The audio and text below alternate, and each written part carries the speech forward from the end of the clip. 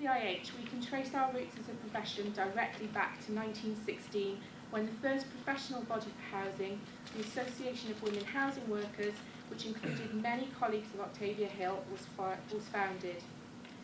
The housing movement owes everything to the determination and influence of these pioneering women, and it is with great delight that tonight's lecture will be given by another determined and influential woman who does believe in votes for women, Sue Essex.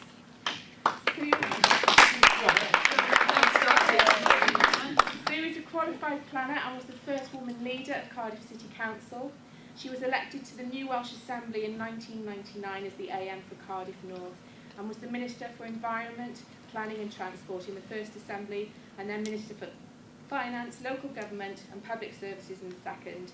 Standing down from the Senedd in May 2007, Sue led the famous Essex Review into affordable housing, which reported in 2008, and was a member of the Silk Commission. And I've just found out that our new director at CIH Cymru got his first job based on a presentation he gave about the Essex Review.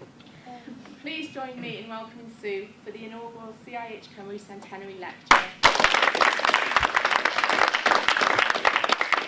Diolch yn fawr, noswaith thanks very much. I'm very honoured to be here, and especially somebody getting an interview on the Essex Review. I've got to say that was Bob Smith as well, and Peter Williams, although it's in my name. There were three of us in it, as the famous saying by Princess Diana was. There were three of us in this relationship. Anyway, I think lecture will be a misnomer, because a lecture, if you have a lecture, you expect the lecturer to know more than what the audience does. In this case, it certainly won't be true. The experts are sitting that side, and I'm this side. And when asked, I said, well, I can do sort of personal reflections, sort of think piece, and then hopefully have a discussion. And they said, right, that would do fine, thank you very much. So that's what it's going to be tonight. I really am not the expert.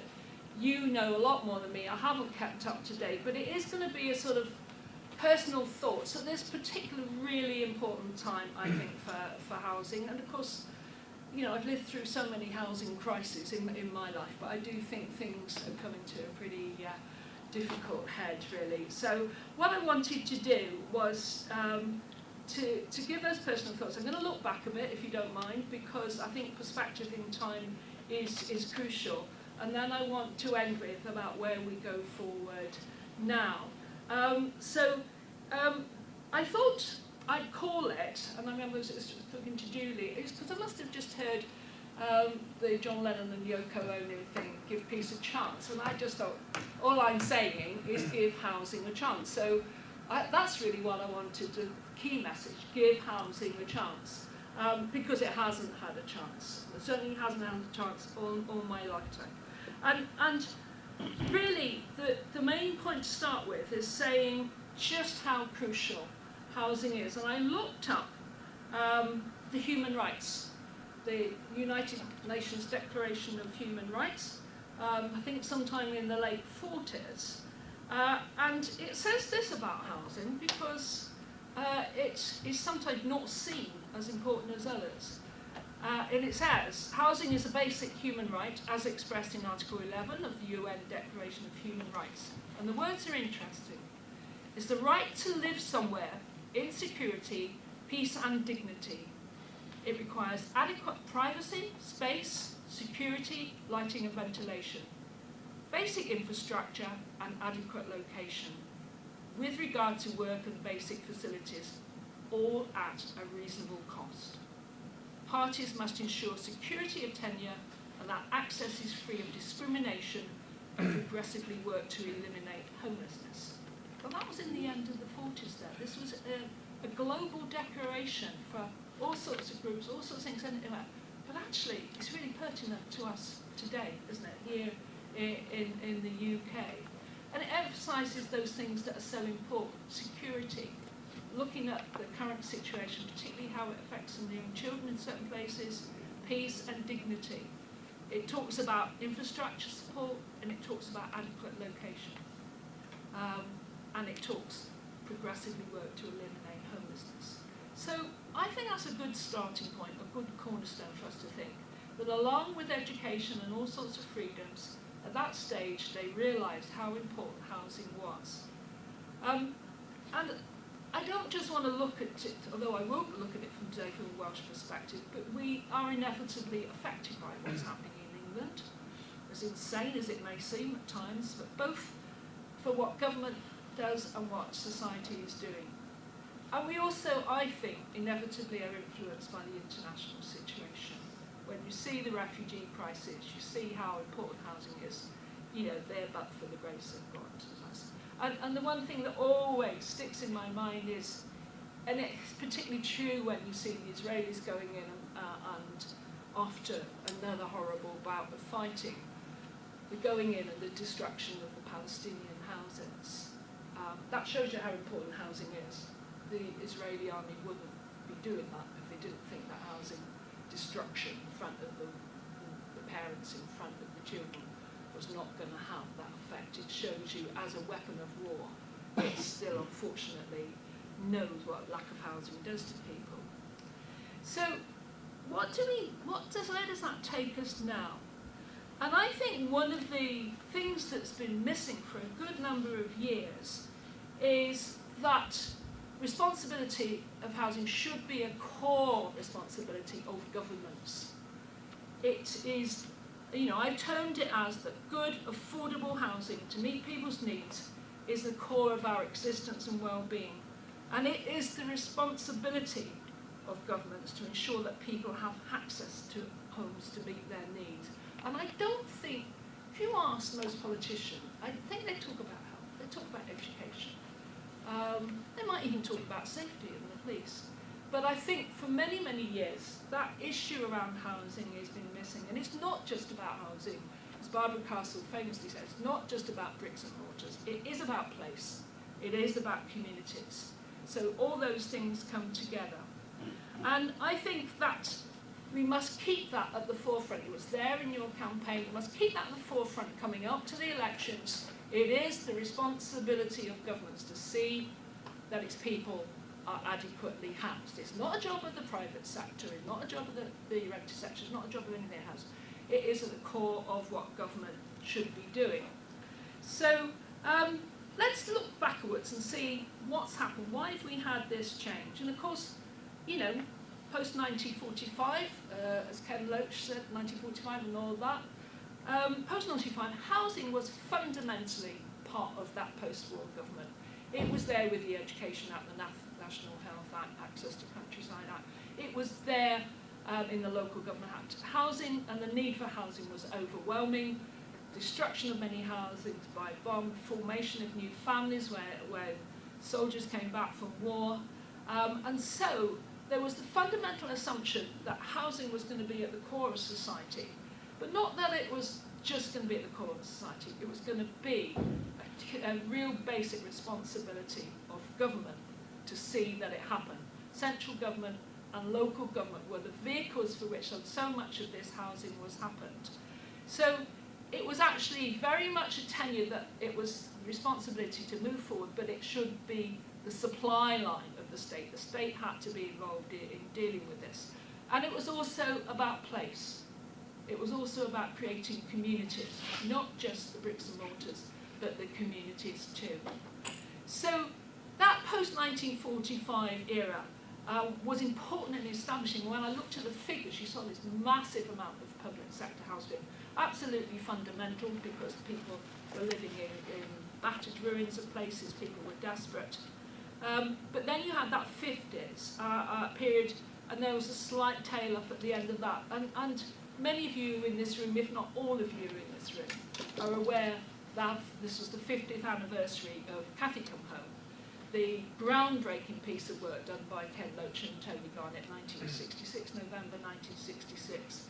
And a couple of weeks ago, Mark Drakeford, who many of you will know, AM for Cardiff West, Minister for Housing, wanted to do a 1966 and all that event, social event, and he particularly wanted to look at Cathy Come Home. Casting around of who might have been alive and operating then, who would remember Cathy Come Home, he asked me if I would talk about it. And it was really like it was yesterday to me. I'd just come back from university. My parents had just got their council house in in Tottenham in North London after over 20 years on the council house waiting list. And I was out and I came in and I can remember it. My mother said, sit down, you need to watch this. And they were both quite choked up, my mother and my father, very stoic working class people. They didn't get choked up easily. And the impact of Cathy Come Home was phenomenal. Some of you may remember, others probably weren't even born in 66. But there's been nothing like it in my mind before or since that has had the impact of that programme. Now that was partly because of the style of the programme. It was groundbreaking, it was the handheld camera, it was the drama documentary that the public had not seen before. It was partly because it was a television event, so there was massive, they reckon, a quarter of the population, not the viewing population, a quarter of the population actually saw Cathy Come Home. But it was the content. It was the content that was so shocking, really, and the ultimate scenes at the end where Cathy loses the children. And it was enormous impact in that working class community. Everyone was talking about it, and it was all taking the kids off her just because she was happy. It was just really, really phenomenal. So in going to speak about Cathy Come Home, I did start to do some research about that period of the 60s. What happened? Because Ken Loach always said that Cathy Come Home didn't change anything. But I think he was wrong. I think he was wrong. It was part and parcel of a whole change of attitude. The two big things were the children being taken off the family, off her, off the mother, and the homelessness and the family being split up. It certainly had an enormous impact at that time on this issue of taking children into care. Because it had been quite, a thing that if you've been evicted, they take the kids off you, council take the kids off you. Very prominent in my community, people used to say that. But it was, I think, not on its own did it change things. It actually came in on a series of things. So I did look at, many of you may not know, the Harold Wilson government, 64 to 70, about what happened during that period. And we pay a lot of attention to that post-war period, the Attlee government, but it's really instructive for me to go back and look at that government and what it actually did, because it changed approach to housing completely and other things. It was the period of the great liberalisation. Roy Jenkins led, the moves to change the laws on homosexuality, on abortion, on censorship, massive population, society change that came in that period in the 60s. It was also a period when crisis and shelter, where people started reacting to authority. The post-war period was when people did what they were told, women were housewives, people knew their place, because it was all about getting the country on its feet again after the trauma. The 60s, I think, was interesting in that we associated with the Beatles and the Stones and the Great Turnaround. But it was the period in my mind where people were just standing up and saying, we're not having this. It was the time when there were a lot of demonstrations, the reactions against clearance areas, Westway, highway schemes. A lot of civil invest, not going into Vietnam, and Wilson, of course, kept this country out of Vietnam. But in housing, there was an amazing number of things that happened. Firstly, they did phase 2 of the new towns, bringing that massive new development in. They brought new homelessness legislation, which was on its way before Cathy came home. Rent control, fair rents, rent rebates, option mortgage scheme to help low-paid people buy their own houses. New models of tenures really start the idea of co-ownership in housing associations. They prioritised improvement over clearance. At that stage, massive, massive slum clearances. Houses were designated for slum clearance when they were never going to get there, because it was just, my first job in planning was painting these places all over the London Borough of Waltham Forest, slum clearance or not. And overnight, there was this cannot carry on, we will go for improvement. So a lot of the terraced houses that were earmarked and now in London places very gentrified, it was that change from slum clearance to improvement about people's own home and people investing in it. There was the Land Commission, which looked at the whole thing of development, land values. There was the Parker Morris Standards. Anyone remember the Parker Morris Standards? We loved Parker Morris Standards. They implemented Parker Morris Standards. Wonderful, wonderful houses. And between 1965 and 70, 1.3 million houses were built. 50% were Now, I'm going to come back to that later, because what happens to us as society is very interesting. People think that what we have now is how it's always been. The trends we have now, that's how it's always been. But it's not true. It's not true. That's why it's worth looking back. So remember that massive period of housing and all those things, and that's just a snapshot of what they did. And then when we get on the 80s, so what happened to all that? Well, the 80s really set the trend for where we are, well, almost now, up to, I'd say, 2010. Because you did have this massive explosion in home ownership. There was the ability to have mortgages. And in 1987, I think it was the Finance Act 1987, the really crucial thing happened, and that banks could lend on mortgages as well as building societies. And if you can track one piece of change, which actually has caused enormous repercussions, is that piece of legislation in there.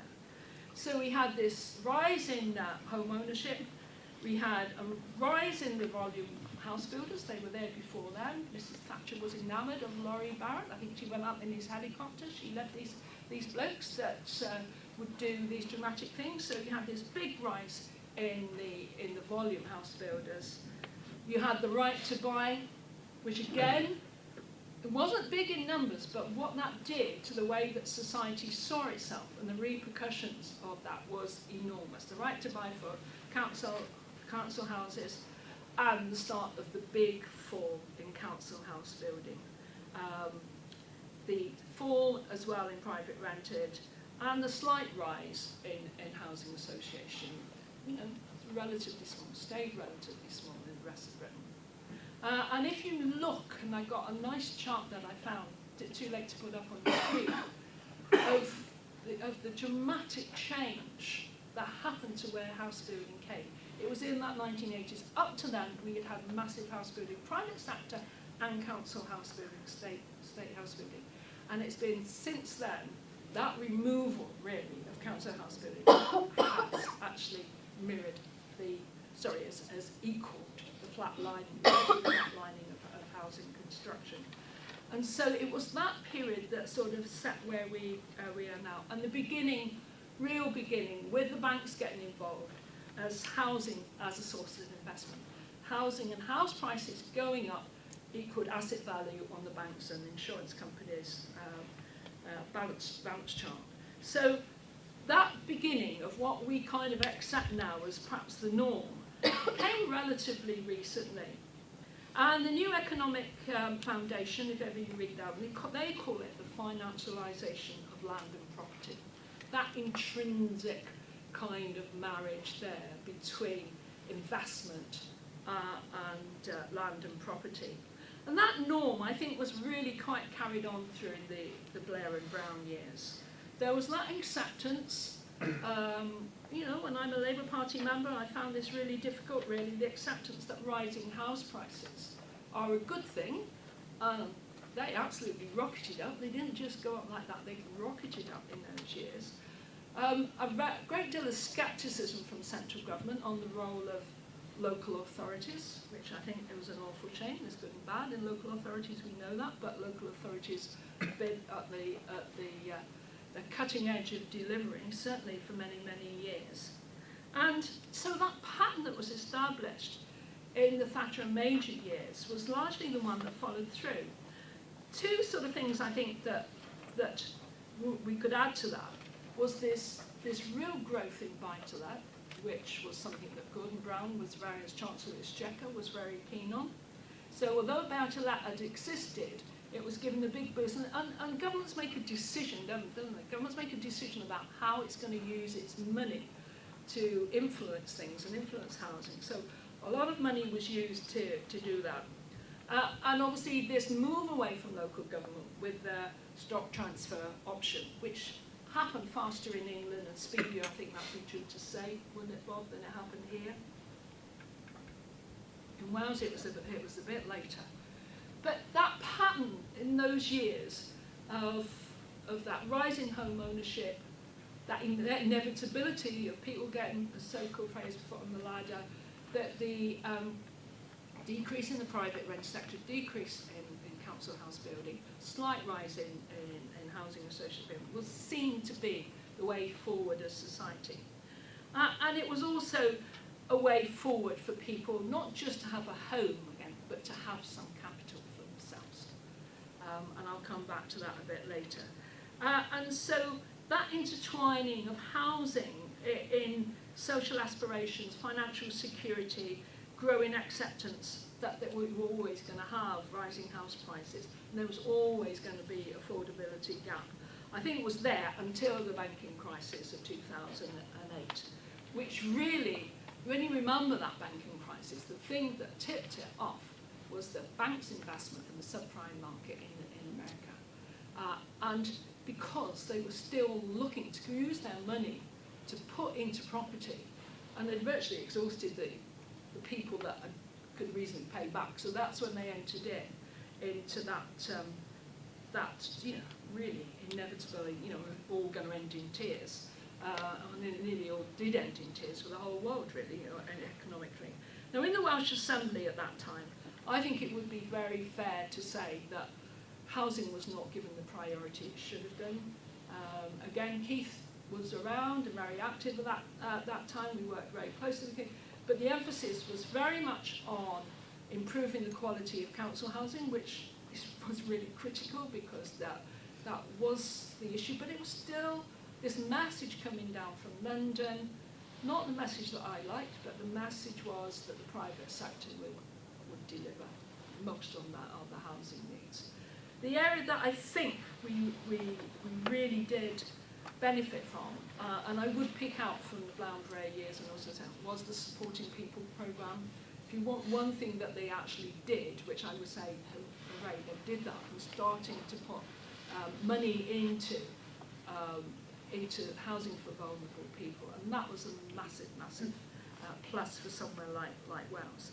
But we could have done more, and gradually we started realising that the social housing grant needed to go up. We needed to do more to work in that way. So that takes us up to the 2010, and I really struggled at this with the coalition government and now the government here, because I couldn't think of a technical term to describe this really, other than it's just ghastly. And the only philosophy seems to be like to stuff the poor. I mean, I can't see anything.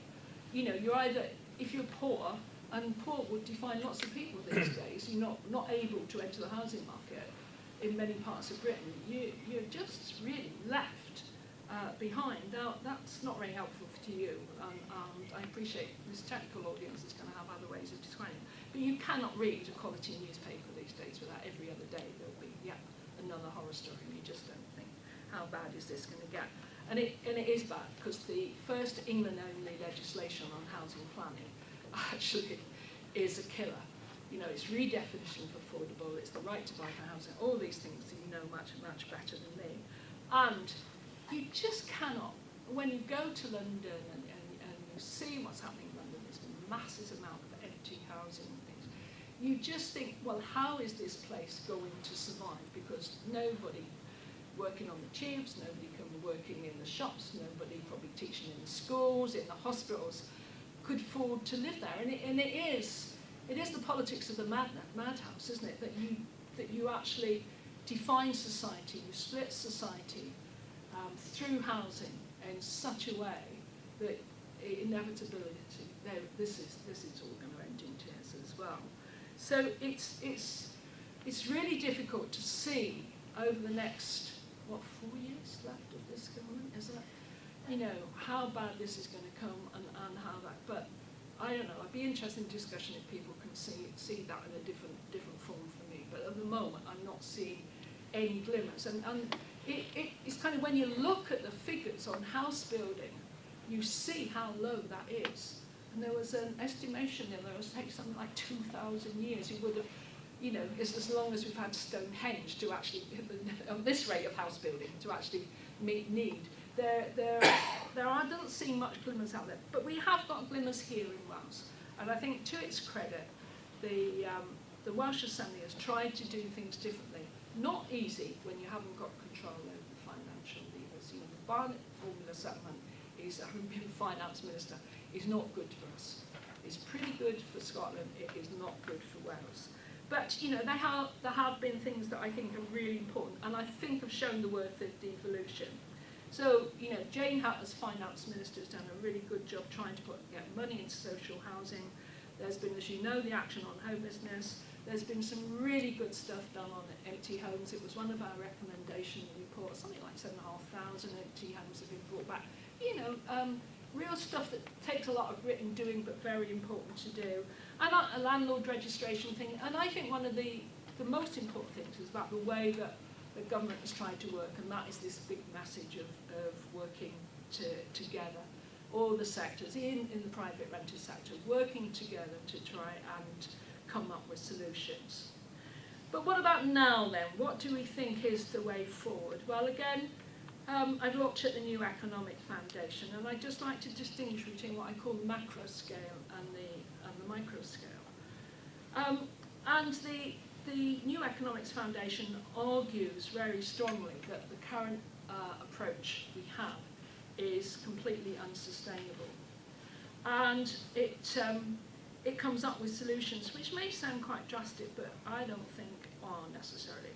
It talks about the banks are so big, you know, the reason we did the 2008 thing was that the banks were too big to fail, and it seems like we've learned nothing very much. But we still own a bank or two as the public, and so they argue very much about if we really want to get money to the grassroots and do things, then we need to change our banking system. Certainly we need to bring out at least one bank so we can work more locally.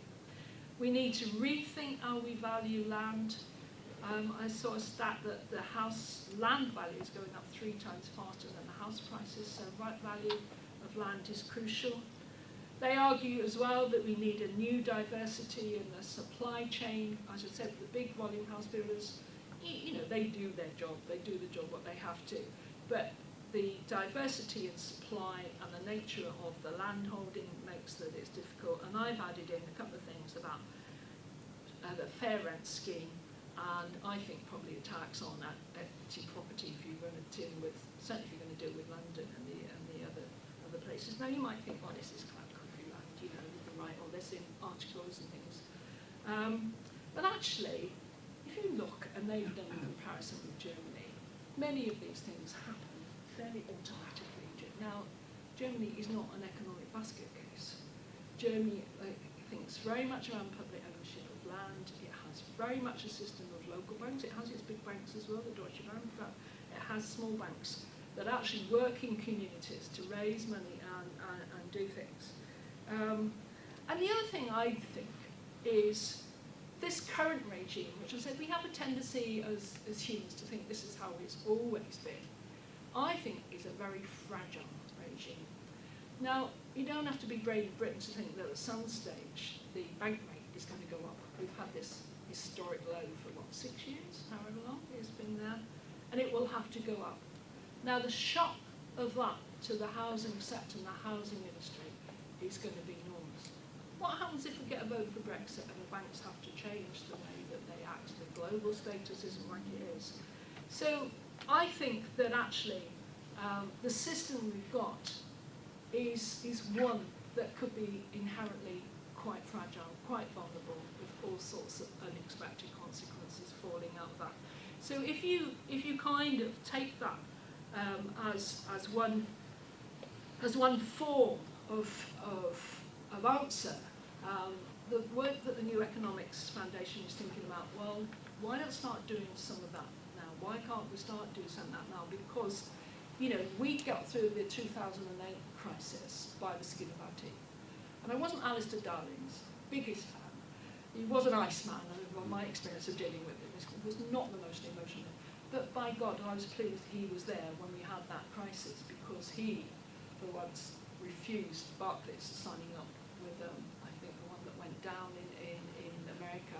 And we just held the line there, but it was, if you want to read the accounts of that, it was very touch and go. There's one brilliant account, and the bloke who's managing director or chief executive, whatever he was called, of HSBC, he lives in Penarth now, David, and he recounts this time where when Darling literally went round all these bankers that were still surviving and asked them for money, otherwise one of the big banks was going down. Like, they were sitting around the table and they had to chip in. And it wasn't chipping in for the raffle, it was chipping in millions and millions to push into one of the banks to keep it afloat. It could have been Royal Bank of Scotland, or it could have been the other one, I don't know. That's how close we were to the whole thing just going falling down. And I think there's a vulnerability around there in that present case. There also is some interesting stuff been done. One article I've got here by Joanna Montgomery. She's a lecturer in politics and economics in Goldsmiths, and her stuff is really worth reading because she's looking at what she calls housing-based welfare strategies, the idea that you build your wealth in your housing to cover for your welfare needs. And it says, so the research she's done, housing-based welfare strategies simply assume that if spectacular housing gains happen once, it will happen again. There's no evidence that UK housing market cannot be replicated, generalised or transferred, because they're contingent on specific temporal and spatial factors. That's our argument, that the growth in housing is prices. Although it's gone up, the impact that has on affordability means that this is not essentially a law of physics or a law of nature. You know, this is not a Jim Alkalin sort of concept that has prices go up. It reflects certain specific things at times. And her conclusion is the current finance-led growth regime offers the round-the-houses way of delivering welfare provision, beginning at the Bank of England with easy credit that flows through the investment and retail banking system, filtering into the real estate and other financial services sectors, you know, lawyers, insurers, and potentially fueling consumption in construction and other trades linked to the housing markets. Households take on a large amount of high-cost debt, especially compared to the rates that the banks borrow at. And depending on when and where they bought their home, households may realise wealth gains somewhere in the future. The system constitutes trickle-down welfare where the windfall gains of a small group are considered sufficient to fuel gains for the rest of society. It does not work and will not work. So it's this, the work that she's been doing is sort of looking at head-on that kind of perhaps middle class assumption that we all have, that actually we're all right, we've got that accumulated money there. But if things change, and for many households are in such high debt ratios, the idea that they have that accumulated wealth may not be as tangible as they think. And of course we did go a period in the early 90s when we had that negative equity period for a few years and everybody got very panicky. And that was a really difficult time for people, very, very worried about where they might go. So what can we do here if we look at the micro level in Wales? Are we prepared to see more Cathys here? Because undoubtedly, 50 years on, there are Cathys. There are children, their families being threatened with their kids being taken. There was, I read the India, if you just don't mind me reading something else, because this was a couple of weeks ago, I was quite shocked. Because I actually thought that one of the things that had persisted from Catholic is that homeless people did not lose their children. In this case, it wasn't somebody that was homeless. He said, I has also documented more than 20 cases of councils threatening to pull families apart and take children into care if homeless families do not accept out the varying moves. So therefore, if you're living in Newham, you're living somewhere in London, and they say, go to Birmingham, where you've got no support to your family, you know nothing, you haven't got a job. If you don't go, your children are taken into care. Now, this article particularly lambasts councils, and I know councils are at the forefront of all this, but they put there, the austerity moves that are put there, and put them in impossible positions because they just haven't got those houses to supply. So there are Cathys out there now. They may not be called Cathy, they can have a whole variety of names. And I'd like to be able to say, not in Wales. Not in Wales does this happen. So we've got a chance on May the 5th, post that May the 5th election, to actually create a micro picture of what housing can be like in Wales. And if you take that original assumption saying about governments, the responsibility of governments at Welsh Assembly and at local government to do something, can we create another way? It's what Roger Morgan used to love calling the devolution dividend, that we could do things here in Wales, we could pilot something, we could do something. And if it worked, it could be exported across the borders, whichever borders it was, and we've done it in many times, you know, concession fares, coast to a whole range of things we've done that in. And we have been doing that things, as I said already, someone in housing did say, thank God for devolution in Wales, because in housing it really does count. You can really see the clear red water there. But can we do more? And I suppose in the Barack Obama phrase, yes, we can do more. I think housing has to be high on the political agenda, higher than it's been for many years. It was interesting in the recent debate of leaders that ITV ran, they actually had housing for the first time. There was a question to all the leaders on housing. And I think it has shot up the political agenda. Mark Drakeford was saying at that thing when we talked about Can I Come Home, that as a local AM, he has more housing cases than all these other cases put together. And those housing cases are serious. And when I was a councillor in Cardiff many years ago, and I represented Riverside, which has Riverside and Pontcanna, you had every single housing problem. We had absolute road landlords, we had, unfortunately, across the year, children in danger. It was horrendous, empty houses, all sorts of things, and the nightmare of trying to think that we might go back with that situation. So we can't be complacent. We can't say this is just a London problem, it's a Birmingham problem, or it's Oxford problem, or Southampton problem. The problem is here in Cardiff, and it's probably here in other places within Wales. So we must be prepared, governments must be prepared to intervene, and I use that word intervene absolutely importantly and directly, because intervening is what you can do if you've got powers, is what you can do if you've got money. And we have got legislative powers now. I hope that we'll get further other powers that we can use. But I think also it needs a bit more. It needs a comprehensive plan of action. I hate to use the word strategy, because everyone freaks out if you say strategy. You can call it what you like.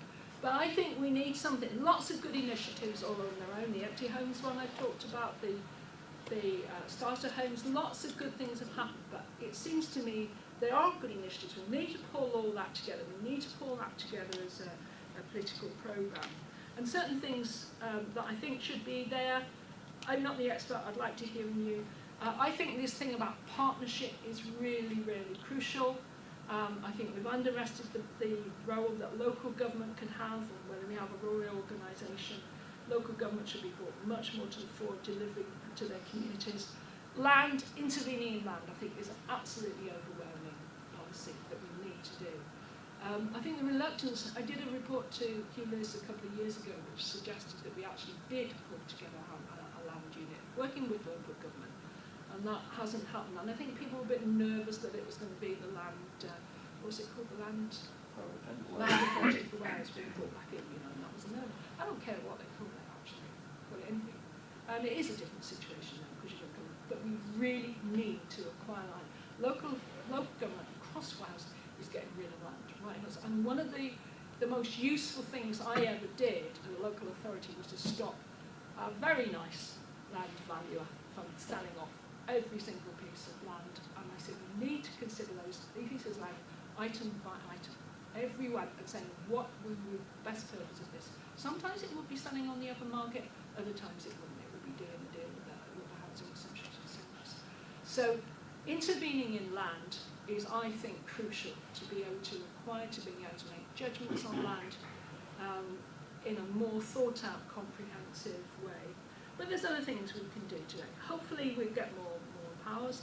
I saw in Welsh Housing Quality, Robin Staines wrote an article about looking at existing housing. That's been really important. Can we use our existing housing more with modifications, help those?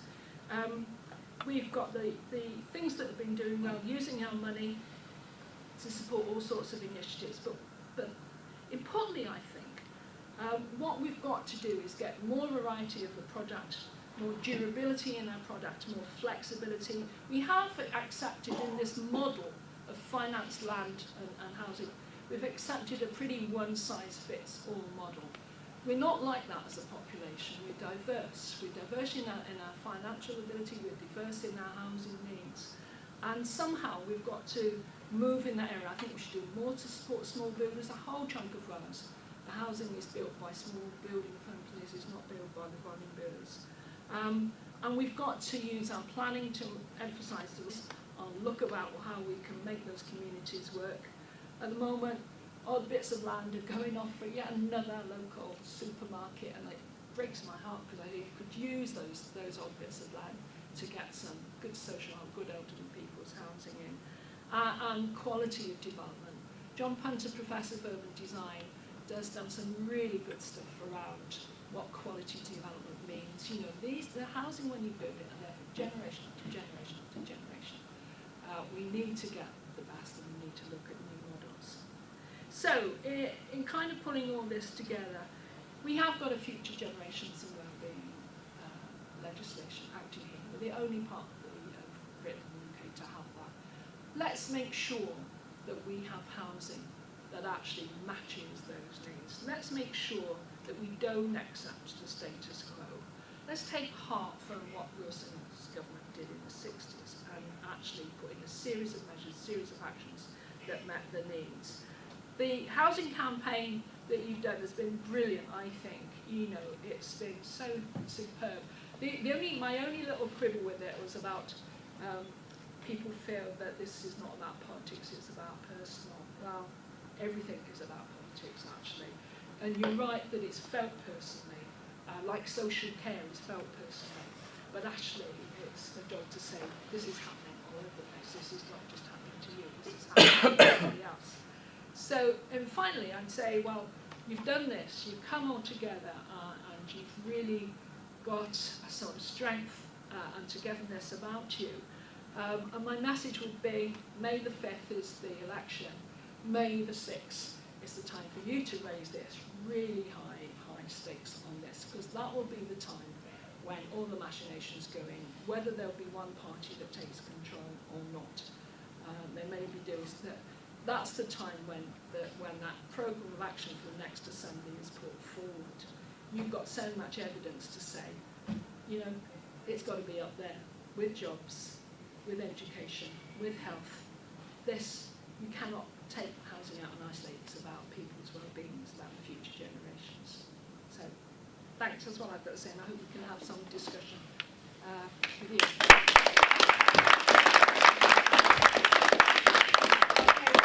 We've got a few minutes to have questions, comments, arguments with Sue about what she's just talked about.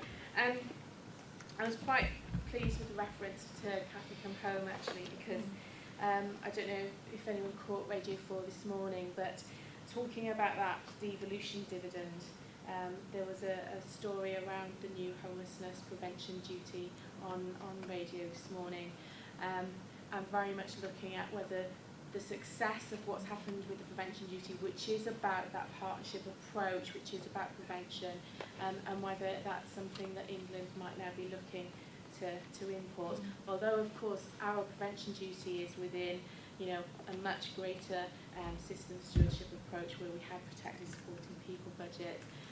We are working together, and we have got investment in housing continuing. Also, because Cathy Come Home is one of the 100 prizes you can win at TAI tomorrow, because we've got a whole series of prizes that look at housing history, and obviously that was seminal TV, that was very important. I didn't catch it on its release, but I did catch it a few years later, and I've got that DVD at home, and you know, as a housing professional, I watch it from time to time to remind me why I'm working in housing. But I'll shut up. We've got about 5 to 10 minutes, so who wants to go first with a comment or a question? Sue? Don't be shy. Well, I'll Mike. do it first. I think just carrying on the homeless duty issue, I think sometimes there's the legislation, but sometimes there's the atmosphere that homelessness is wrong in Wales is quite strong. The politicians say it, practitioners say it, the money, as you put, the stewardship is around it. I think if you just took that guidance and just said, you've got to do this in England, I don't think it'd work, because they inherently don't believe social housing is a solution, and there's so many backup stages that won't be there. Just saying you have a duty, you'll get many people resenting the duty by saying, well, those people just want to the top of the list, and they play on the negative rather than the positive. And I think it's more than just, I think because you get that positive image from politicians in Wales that homelessness is wrong, you were able to do things locally. People have a mindset in local authorities and have an option team that is different to having option teams in other parts of the country. And I think that's really important, that deep guys about things as well as the legislation. Yeah, I mean, you are right. You can't automatically take something that works in one place and put it in another exactly in its form. But what I would say to that is that councils all over the place are absolutely at the point of breaking, and there's some of they're Tory councils, and a lot of backlash is coming from the Tory councils about what is happening, through central government. So I do think there's more, perhaps a bit more hope than you thought. It may be in a slightly different form, but I do think that the repercussions of this are being felt right across the UK. And the other thing is, whenever anyone talks about, or whenever it's on television, it goes to rough sleepers, doesn't it, rather than actually talk about homelessness. I think because they think that's easy. And one of the most shocking things was they had an item on the TV was about people sleeping in those big rubbish containers, and they just, forget who it was, I don't think it was Hugh Edwards, but they sort of said, and it's reckoned that 8 to 10 people have been crushed to death in these things, and it was like, oh, next item, Catherine and Will are off to something or other, and it was almost like, oh, well, they were rough sleepers and they move on. So I don't think the complete picture of homelessness is being carried, and that was so instructive around the Cathy Come Home, because Cathy, they actually, first of all, people thought it was real, thought she was real, but thought it was a documentary. For years after, people were coming up to her and giving her money, but she was just like us, she was just like us. And I think if we could understand that homelessness is a really broad picture and tell that, and if we can also understand that whatever the councils make up, they have that duty, I think there might be a slightly different approach than what you're getting perhaps from central government at the moment. I don't know. Question, ma'am, your comment? Well, come all the way from deepest Essex to here. Partly because it's so horrible living in the world of housing in England. Yeah. And I think there is that acknowledgement of the problem, but I think there are different solutions planned. There's a really interesting article in the Guardian today by George Monbiot on the rise of neoliberalism, the sort of political ideology that most people don't know the name of, that says that basically that the market is like the law of gravity. Sort of alluding to earlier, it's not physics actually, it's a distorted housing market, but we've all bought into the fact that there's something pure about the housing market. Now, I was talking to John Sparks from Crisis, and he envisages within the next 5 to 10 years, genuinely the return in England of the workhouse for a particular group of men, single men who are seen as not able to, for whatever reason, interact with work, that actually it will become too uncomfortable for people to actually see all these men sleeping rough. But the solution will not be the humane solution that your government is proposing, but it will be a beginning of incarcerating. And we see there's somewhere in Blackburn recently that was trying to get funding for, they called it Welfare to Work with Housing Plus, well actually basically it was slave labour. And I just don't see that sort of humane approach. Depends where it moves to, doesn't it? Because if you move in England to a country that has no social housing rent, then that's going to affect not just your homeless men who've lost their way. It's going to affect a whole range of other people, and that's when it really starts to bite the reality. But what we're getting in England is a sort of the politics of envy in reverse. So there is an absolute envy of people who access housing, social housing. The solution is not to have more social housing, or any kind of housing that is affordable. It's to restrict the access to it. So you get with things like pay to stay, £30,000 for a couple, which is 2 people on the minimum wage, will be high earners as far as councils in England are going to be positive. They're just going off into completely utterly different. It's the first time I'm in my 50s, and I've always felt that we can sort this out. First time ever that I find it very difficult in England to have much. I think it is very worrying. It is a crisis of all crisis, but it could be precipitated. You see, if something happens to buck the market again with these banks, and they've got back to exactly the same position they were in 2008, as far as I can see.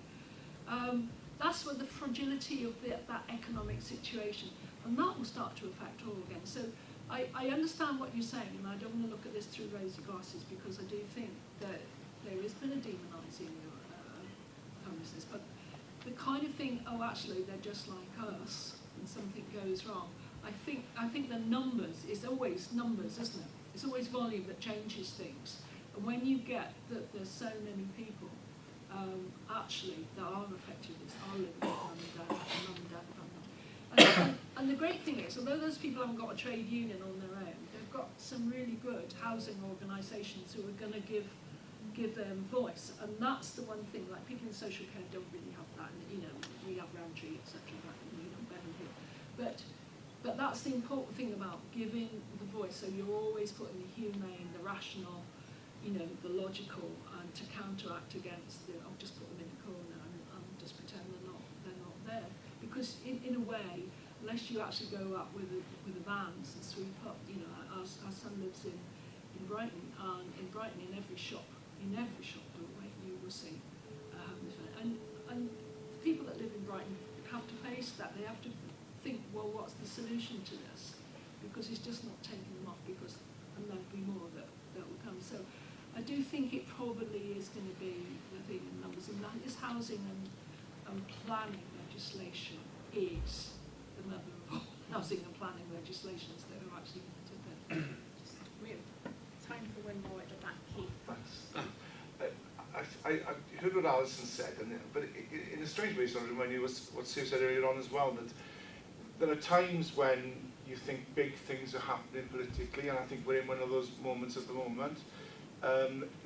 Post-war consensus around council house building is a fact that the Tories actually built more council houses under Churchill and Macmillan per year than Labour did, because they bought into the post-war consensus that you built communities, home superheroes and stuff. And of course then it flipped again in the 80s, absolutely right, when the sort of Thatcherite sort of doctrine became the sort of common narrative, and then Labour bought into the sort of right to buy stuff, I have to say, just as a slight sort of aside, Labour wasn't particularly brilliant in the 60s in what it built and where it built it, and so we didn't give housing the priority that we should have, even though perhaps we could show the volumes that we built. We built some pretty crap stuff in the 60s and 70s as well. But today feels a little bit like this, and I think housing is really relevant to the argument. I agree with Alison, it's pretty desperate, in terms of what's happening in England. But there's all sorts of other things happening. Who would have thought a Tory government would be talking about part nationalising the steel industry?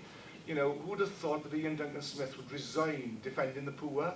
Who would have thought that the junior doctors and a 98% vote still have overwhelming support for what they're doing? So I just, and it's not a big Tory majority, so what I'm saying is I'm not convinced that we're on the road to ruin you. I think there's almost like a zap happening here, and I think housing, and housing in Wales in particular, is part of that. Because you're right, Sue, what we've done here is it's a much more sophisticated analysis than in England, where home ownership is the only game in town, and the private sector is going to solve all the problems. Empty properties, PRS, councils building again, protecting social housing grant, which you had a big role in, protecting supported people again, which you made sure happened. All those things are a sophisticated approach to housing, which is lacking in England at the moment. And to be fair to CIH, I think CIH was perhaps the first to spot that you had to get all these things lined up in a row, And my final point would be that what you've got in Wales, which I think we should treasure and really sort of exploit in the next term, is we've got housing going with the grain of public policy. So government and the housing community are actually on the same page. Yeah, I think, you know, sort of reasons to be cheerful, isn't there? You know, but, you know, you have to be positive. But you're right about moods. I mean, at the moment, it can be going all in one direction. You can be telling people the facts, and actually they don't want to know. That's why I know. They don't want to hear that. They want to hear what they want to believe, and then suddenly it tips. And actually, in a way, Cathy came home did that. You know, I know people who haven't seen it think that this is just a play of things, but it just tipped into that thing that, you know, the poor, you know, are always being done unto, and for no fault of their own, and they've not got a voice, and you know, and actually that really spoke volumes, because so many people heard that, and those moods can change. I think the other thing I'd say from my experience, and only is, it's not always big bang solutions that do it. It's actually repeating good, sensible, small-scale solutions over and over again. What works, just do it, you know, and you do that, repeat. And we've got some really good, got a couple of nice cooperative schemes, we've got a good thing. Just repeat and repeat and repeat and do that in different ways, and offer that across well. And I think, you know, we can show in Wales we can get to grips with it, despite Barnet formula and everything. And hopefully, that does go across the border, because one of the things that always said for me when people in England, or lots of my family in England, keep doing what you're doing in Wales, because that keeps our spirits. We can go to you and say, you know, you don't always get it right, we don't really know that, but you're saying, they've given this a go, and this works, and this doesn't work. We can get that from you. There is a different way of doing it. And I'd like us to do that in a constructive way, rather than be forced to it by some absolute global shock, in which case there will be all sorts of fallout on that. Let's do it in as you say, a sophisticated, thought-out way. But here in Wales, all I'm saying to you, Mark, is you've done a good job with the campaign. You know, in less than 2 weeks' time, it's going to be a really important thing that you get this out there, so that those political groups that are coming together, or that one political group that's coming together, knows that housing's got to be right up there in their programme for the next 5 years. And I think the wheel's with you at the moment, because I think people are realising it's just not about one family, it's about all of us, you know, and so hopefully timing is right. Thank you.